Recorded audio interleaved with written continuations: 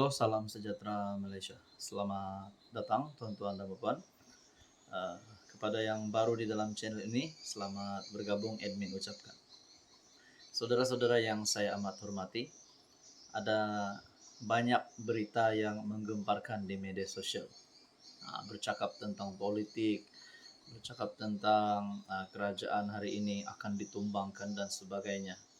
Tapi pada akhirnya Anwar Ibrahim tetap berdiri sebagai Perdana Menteri.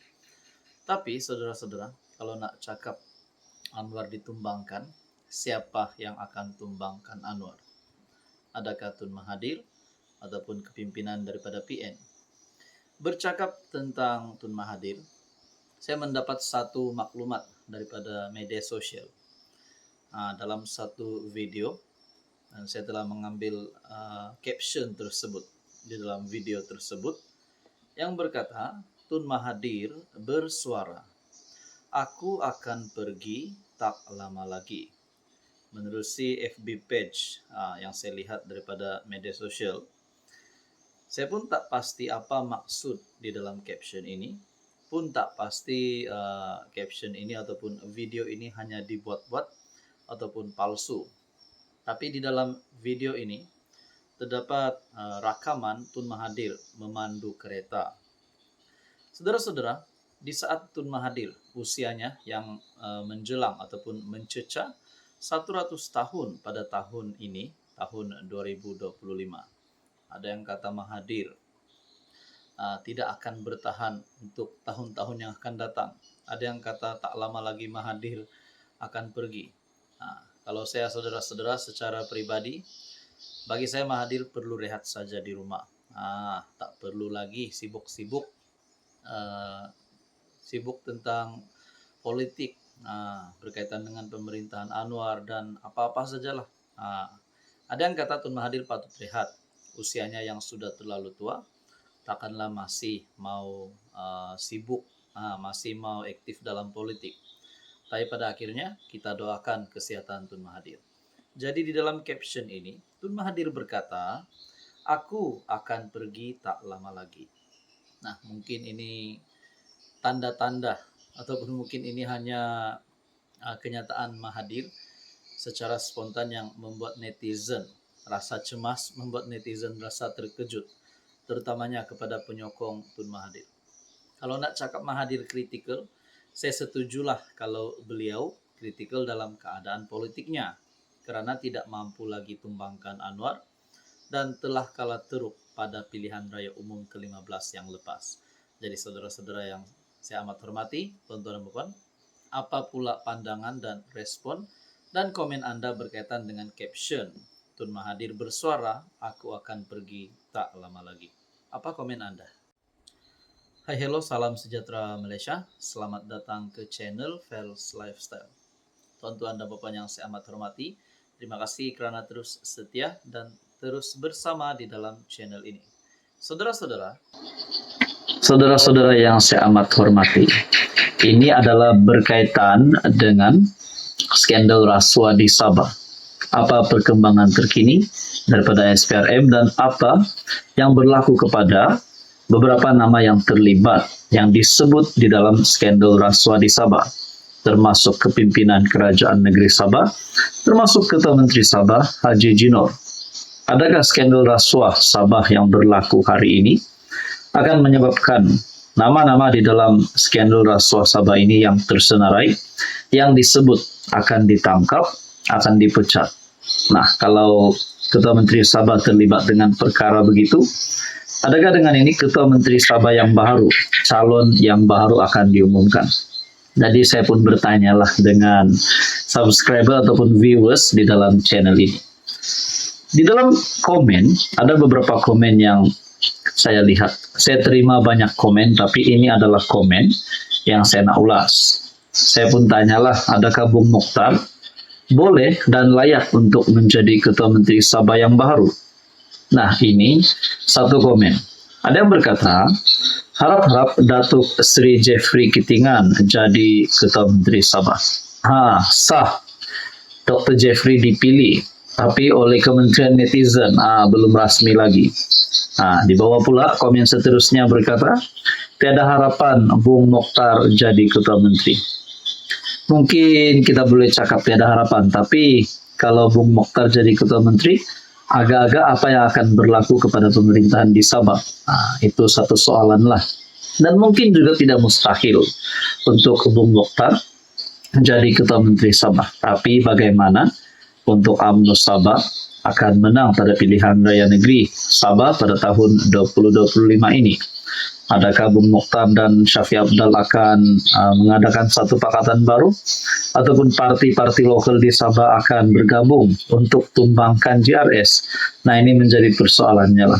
Jadi di dalam komen ini yang saya nak ulas adalah berkata Jeffrey Kitingan jadi Ketua Menteri Sabah. Adakah dengan ini Haji Jinor akan melepaskan jawatan? Akan meletakkan jawatan? Kerana nama beliau yang disebut di dalam artikel berkaitan dengan skandal rasuah yang berlaku di Sabah. Pendedah maklumat ataupun pemberi maklumat pun sudah membuat kenyataan. Jadi kita nantikan saja apa yang berlaku. Bercakap tentang pilihan raya negeri Sabah yang diadakan pada tahun ini, tahun 2025. Anda rasa siapa yang akan menang pada pilihan raya negeri yang seterusnya di Sabah? Saudara-saudara, tonton apa komen Anda?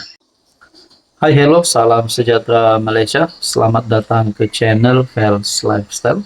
Terima kasih tonton yang terus setia dan bersama di dalam channel ini. Dan kepada yang baru di dalam channel ini, selamat bergabung. Saudara-saudara, mungkin hampir setiap hari kita lihat di media sosial, bukan setiap hari lah, tapi mungkin ada beberapa waktu kita lihat dan mendengar berkaitan dengan serangan terhadap Anwar Ibrahim, serangan terhadap PMX, serangan terhadap Kerajaan Perpaduan. Serangan-serangan ini tidak lain dan tidak bukan adalah daripada kepimpinan pembangkang, yaitu Perikatan Nasional. Mereka menyerang Anwar Ibrahim dengan pelbagai isu. Tapi adakah serangan mereka ini untuk demi rakyat ataupun negara, ataupun semata-mata untuk menyelamatkan diri mereka karena mereka mahu sekali lagi menjadi kerajaan? Sedangkan Perdana Menteri yang sebelum ini daripada PN, yaitu Muhyiddin Yassin, pun terpalit dengan kes rasuah. Nah, bercakap tentang ini, saudara-saudara, ada satu perkara yang pasti menggemparkan Agong, menggemparkan Istana Negara, maafkan saya. Titah Agong tentang fitnah bukan tajuk favorit pembangkang. Pengarah Komunikasi Amanah Nasional Khalid Samad berkata, titah yang di Pertuan Agong Sultan Ibrahim tentang budaya fitnah yang semakin membimbangkan bukanlah tajuk favorit pembangkang. Beliau berkata, ini kerana politik PAS diketahui memang suka menimbulkan persepsi negatif dan menabur fitnah. Titah diraja menyentuh soal budaya fitnah, adu domba serta menegaskan soal perpaduan yang mana semua ini bukan tajuk favorit pembangkang. Oke, kita stop di situ. Nah, saya highlight berkaitan dengan politik PAS yang diketahui memang suka menimbulkan persepsi negatif dan menabur fitnah. Kenapa Muhyiddin Yassin sebagai pengurus CPN dan Presiden Bersatu tidak memberikan pandangan berkaitan dengan ini? Tapi sebelum ini Muhyiddin Yassin ada membuat kenyataan. Pemimpin PN perlu menyemak fakta sebelum mengeluarkan kenyataan. Alangkah baiknya kalau Muhyiddin Yassin sebagai Presiden Bersatu, apa kata kalau bawa bersatu sokong kerajaan bersama-sama dengan Anwar daripada bersama dengan PAS yang diketahui sebagai parti yang menabur fitnah menurut tulisan ini. Karena bagi mereka itulah mainan politik mereka, nak menimbulkan persepsi negatif dengan menabur fitnah dan kenyataan tak begitu tepat. Katanya dalam bual bicara di FB Jom Channel bertajuk Lepas Fitnah, Visa Bilillah diikuti bodoh Visa Bilillah. Khalid berkata, beliau berharap PAS boleh mengambil berat apa dititahkan oleh Agong dengan tidak hanya mempolitikkan sesuatu isu dan tidak menabur fitnah serta mengadu domba. Saya harap PAS ambil berat apa yang dinyatakan dan ditegur oleh Agong. Jangan gunakan isu-isu untuk dipolitikkan saja. Bila Agong dan nasihat jaga akhlak dalam berpolitik, jangan menabur fitnah, adu domba, menjaga perpaduan negara dan sebagainya. Kita harap PAS ambil berat. Tapi bagi saya saudara-saudara, dengan titah yang di Pertuan Agong Sultan Ibrahim juga perlu diberi perhatian penuh, bukan saja kepada kepimpinan PAS, tapi seluruh kepimpinan politik di Malaysia. Saudara Baban, apa komen Anda?